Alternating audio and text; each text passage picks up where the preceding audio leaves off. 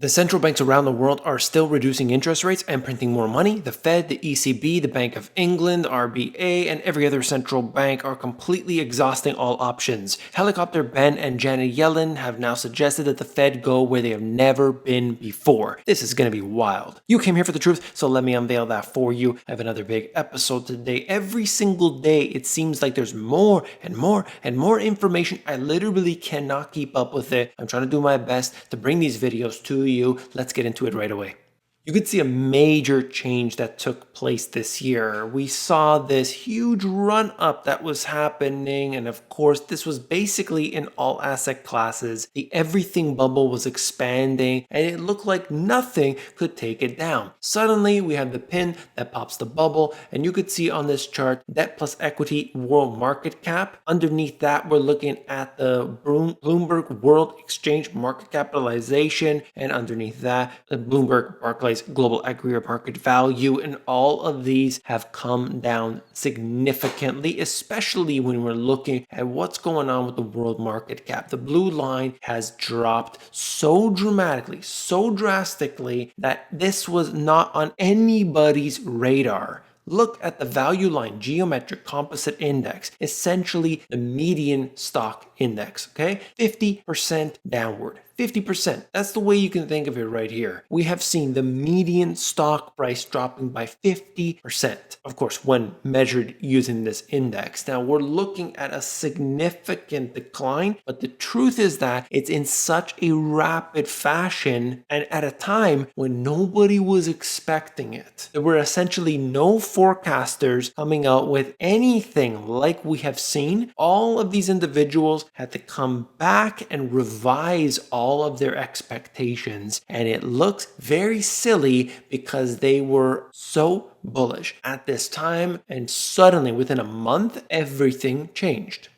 Bank of America warned investors that this is a recession that they cannot avoid any longer. It's already here. We are officially declaring that the economy has fallen into a recession, joining the rest of the world, and it is a deep plunge. Jobs will be lost, wealth will be destroyed, and confidence depressed. The firm expects the economy to collapse, that's their words, in the second quarter, shrinking by 12%. I've shown you other numbers as well, which look to be around the same. It all depends on who is suggesting it. Doesn't really matter anyway, because these numbers are always padded. They're always hard to really take them for what they are. But anyway, looking at this here, you can see that they expect a contraction followed by a massive run up. Now, I don't know how it's going to be, but of course, this is the general consensus. Bank of America looked at the labor market as a way to understand the magnitude of the economic shock. The firm expects the unemployment rate to nearly double, with roughly 1 million jobs lost each month of the second quarter for a total of 3.5 million. Now, if you look historically, what has happened every single time we get a recession, every time we enter these bear markets, it's the same thing. Unemployment is falling down further and further and further and further. It's just constantly falling down, and then suddenly it spikes upward. Whatever that trigger event that made it happen, it could be anything, but this always occurs. Conditions get better and better and better until they don't. Oil had a massive shift. It was unbelievable. This is actually the biggest percentage gain ever. And it's strange to see it because we're looking at extreme volatility right now, and it's not just in the stock markets. We're also seeing that with oil. When you're looking at a 25% increase in a single day, it's hard to understand what's going on. But this is what's most important to me. This is what I'm looking at multiple times a day, every single day. And that is, what are the central banks doing? Fed daily QE is now at $75 billion. I want you to think about that for a second. Look at QE 1, 2, and 3. We are now at the rate, basically, that they were printing in a given month at these extreme times. Imagine, okay, we have to bail the economy out. Things are really going badly. We're trying to pump up the stock markets. Everybody's freaking out. They print this amount of money in a month. Now they're doing it in a day. If you aren't looking looking at this and starting to ask some serious questions about the health of the financial system, you are ignoring the truth. I'm bringing it to you because you know what's going on, and I want to thank you for being here. Take a look at what the Federal Reserve had to say from their own website. Treasury Securities operational details. You can see these directly on the New York Fed. All of the data is posted there. You know exactly what's going to happen, when it's going to happen. I just want to show you this little bit at the bottom. Schedule for Thursday and Friday, and this just gives you a breakdown. Look at this. 6 billion, 11 billion, 17, 25, 9, and 7 billion. We're talking about $75 billion. $75 billion. And just to clarify, that's 75 billion for Thursday, 75 billion for Friday. These are extreme measures, and everybody's trying to play it like, well, they're just doing what they have to do to make sure everything's fine. No, this is an alert. This is something you need to understand the level of. It's extreme to say the least.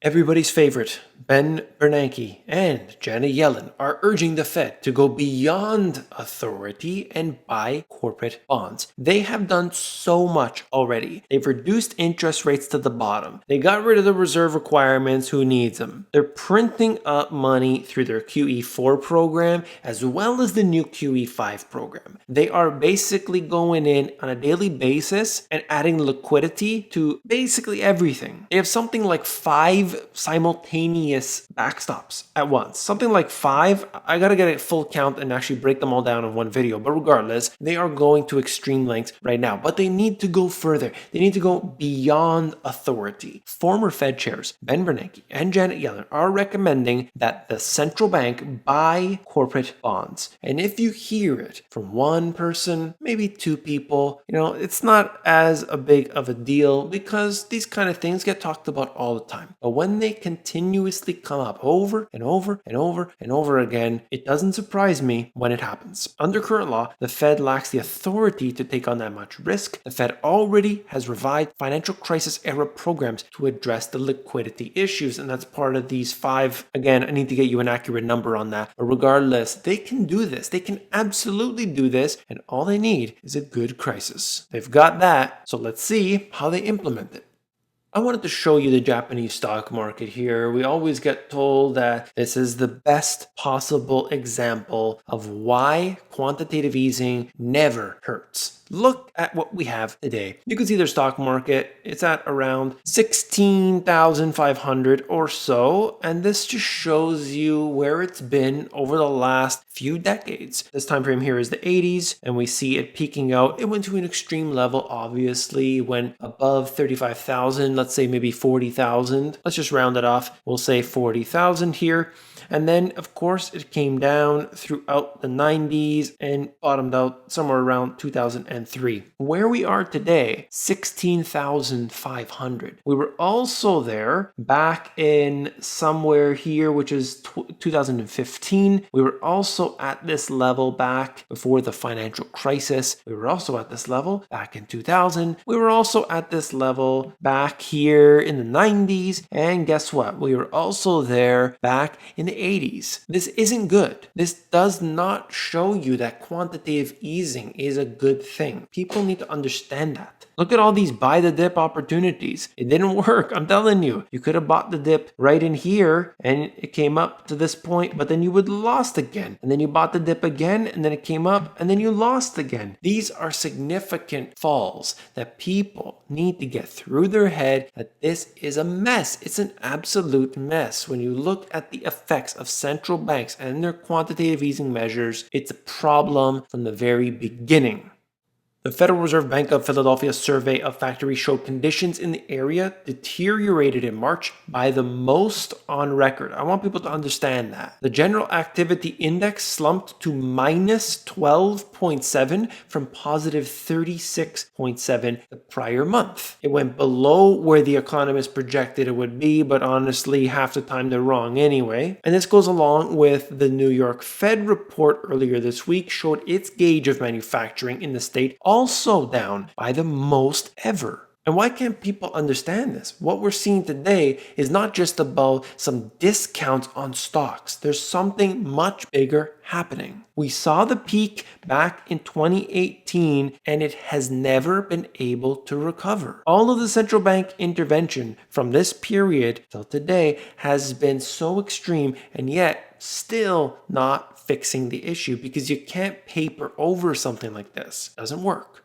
The Bank of England has gone all in by cutting interest rates to 0.1% and announcing a fresh 200 billion of monetary creation via its quantitative easing program. It has done everything that they can do. Understand what we're looking at here. I mean, as it shows you towards the middle here, to be sure, 0.1% is the lowest official interest rates that the Bank of England has ever done. They were just recently, this was at 0.25%, and that was supposed to be an extremely low number. Now they bring them down a little bit more. It's not going to do anything else, but they need to show that they are actively engaging in devaluing the currency. That's what this is all about. Understand that this 200 billion here is not enough. They're going to have to go way, way beyond it, and they'll follow the rest of the central banks around the world doing the same thing.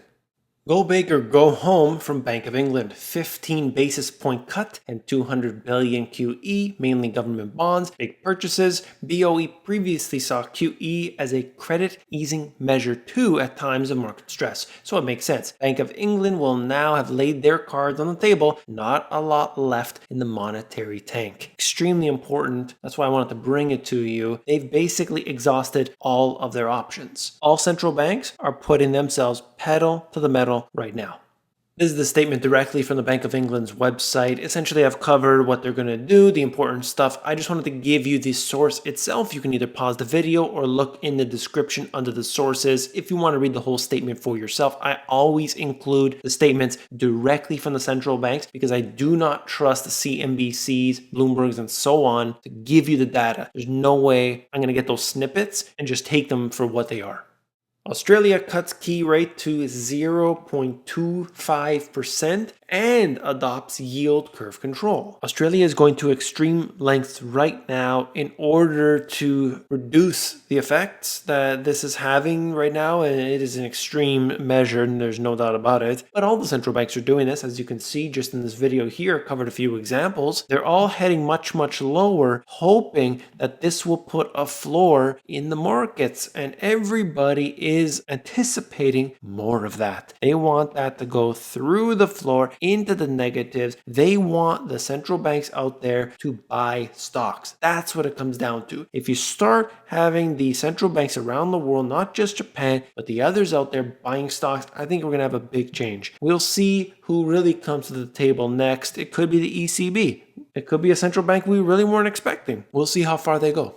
That's all for this video. If you found it informative, hit that thumbs up button. When you give it a like, you support me. Thank you very much. I am creating original content on Instagram and Twitter every single day. Please check me out on there and all other platforms at The Money GPS. If you want to learn how to sell online, this is the right time. You can check it out for free at theamazongps.com. If you want to learn about the foundation, the history, the asset classes, the financial education that you never received, these two books have everything that you need. Check them out at the link in the description if you want the audiobook, themoneygps.com. If you want to learn the how-to and solutions, I've got a playlist called How-to and Solutions. Check it out. Click on it and I will see you there.